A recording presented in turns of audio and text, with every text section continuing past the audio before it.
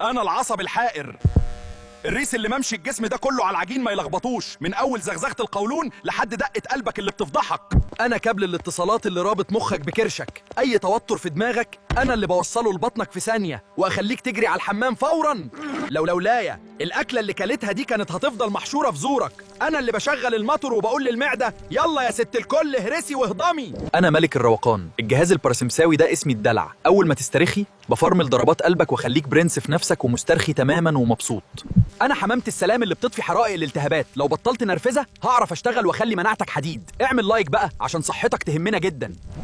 صوتك ده عهدي، انا اللي بشد اوتارك وبخليك تعرف تتكلم وتغني. لولايا كنت هتطلع اصوات فضائيه مفيش مخلوق يقدر يقاومها ابدا. سموني حائر عشان مش سايب عضو في حاله، لافف في جسمك زي الجوجل مابس، بس الفرق اني عمري ما بتوه عن مصلحتك.